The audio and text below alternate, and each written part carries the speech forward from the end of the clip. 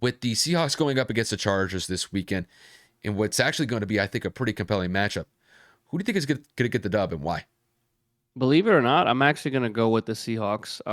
I think that Geno Smith has been balling on another level. I think he has overperformed everybody's expectations by a mile, myself included. I think that even though they lost Rashad Penny, Kenneth Walker is going to assist in helping balance that team in terms of their rushing offense. And let's be honest, the Chargers defense has been subpar to no one's expectations. I mean, J.C. Jackson's got over 100%, over 100 passer rating when thrown towards him this season, which is a career high, which is just absolutely atrocious. You don't pay top corner money for him to play the way that he has. Joey Bosa's hurt. Khalil Mack has been getting doubled and triple teamed with the lack of a pass rush present in LA.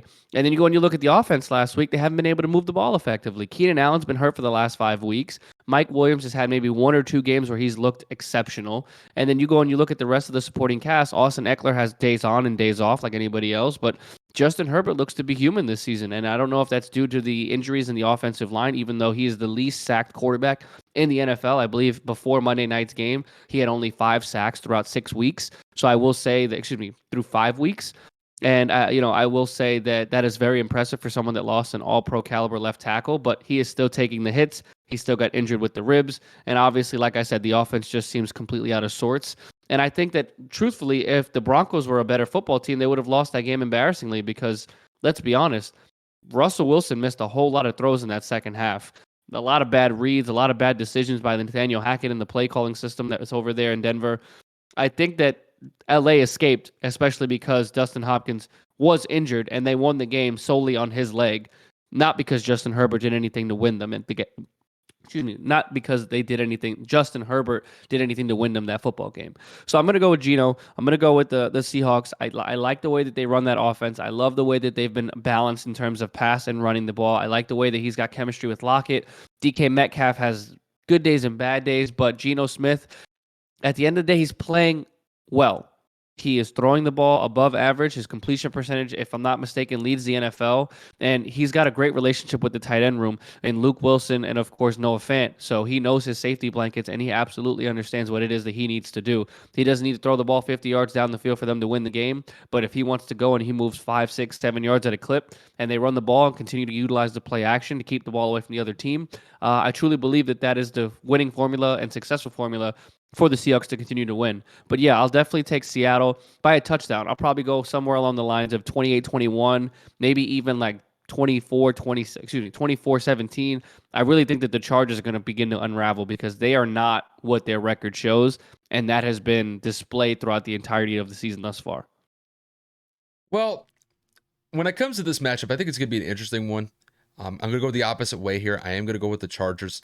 When I look back to that performance against the Chargers, what the Chargers had last week against the Broncos, Kev, I think it's safe to say that even though the Denver's been playing really subpar football offensively, you cannot say that about the defense. Broncos, as far as their defense is concerned, is top notch. And Absolutely. I think they proved it last week against the Chargers, forcing that game going into overtime, and then the Chargers getting a game-winning field goal to settle the difference.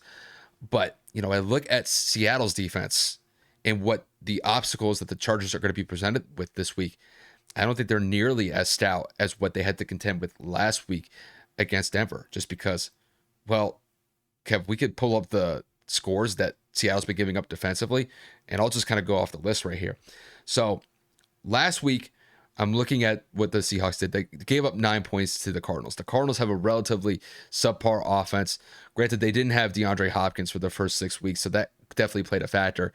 And Kyler Murray has not necessarily played that good this year. But, before that, they gave up 39 points to the Saints. They gave up 45 to the Lions. And they gave up 27 to the Falcons and the 49ers. So within that stretch, you take away the Cardinals game, they're giving up basically 30 points plus. And when I look at the Chargers offense, granted they are dinged up because Keenan Allen is not in the fold, I just think that the offensive weaponry that the Chargers have at their disposal is going to be too much for Seattle to handle. Just because I think when you look at Austin Eckler, for example, I think that, I was going to say Joe Burrow for a second. I was going to say Justin Herbert is really feeding him the ball quite effectively. And when you really kind of look at just his fantasy outputs by itself, you know, Austin Eckler is getting 25, 30 points consistently. And it's just based off the fact that Herbert's going to check it down to him. And you look at Eckler, he's able to extend plays with his feet, able to break a couple tackles, and able to stretch drives for the Chargers here. I would like to see Mike Williams get a little bit more integrated into the offense just because last week he got shut down by Denver's defense. And I think when it comes to Herbert and the offensive strategy that the coaching staff is going to implement this week, I think they're going to make it a point of emphasis. We got to get Mike Williams the ball. We got to get him into some situations where he can win those one-on-one battles and make the most of it, because Mike Williams got that huge contract extension. He's got to live up to it now, especially with Keenan Allen out of the fold until he recovers from his hamstring issue. He's got to be that number one receiver until Keenan Allen comes back. And I do expect that he's going to have a relatively solid day against what I would consider a weakened Seattle defense, and especially a weak Seattle secondary as far as I see it. And I think, when it comes to the Chargers offensively, they got to be able to run the ball effectively. Last week, they did not do that against Denver. I think when you look back to the output that Sony Michel and Austin Eckler had, they were only getting about 3 yards per carry. And I think as a team, they only rushed for 75 yards, maybe even less. So I think there's definitely going to be some opportunities here to learn from the mistakes of last week going up against Denver and really, making it a point of emphasis to run the ball effectively, get that ball to Mike Williams, and if all else, check it down to Austin Eckler, maybe Josh Palmer as well.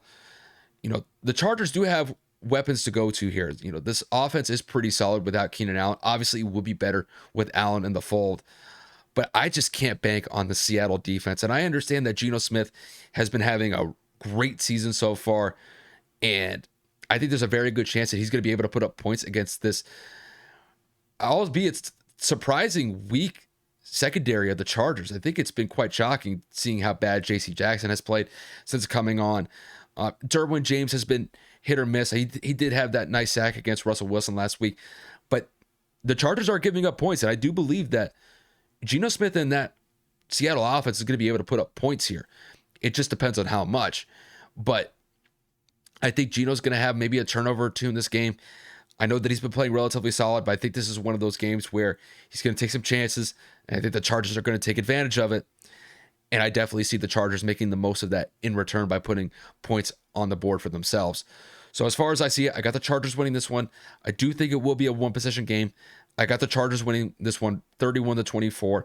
Could be a relatively high-scoring game just because I think both offenses are going to be able to move the ball effectively against the respective defenses that they're going up against. But I think the Chargers just find a way to gut this one out and move to 5-2 on the season.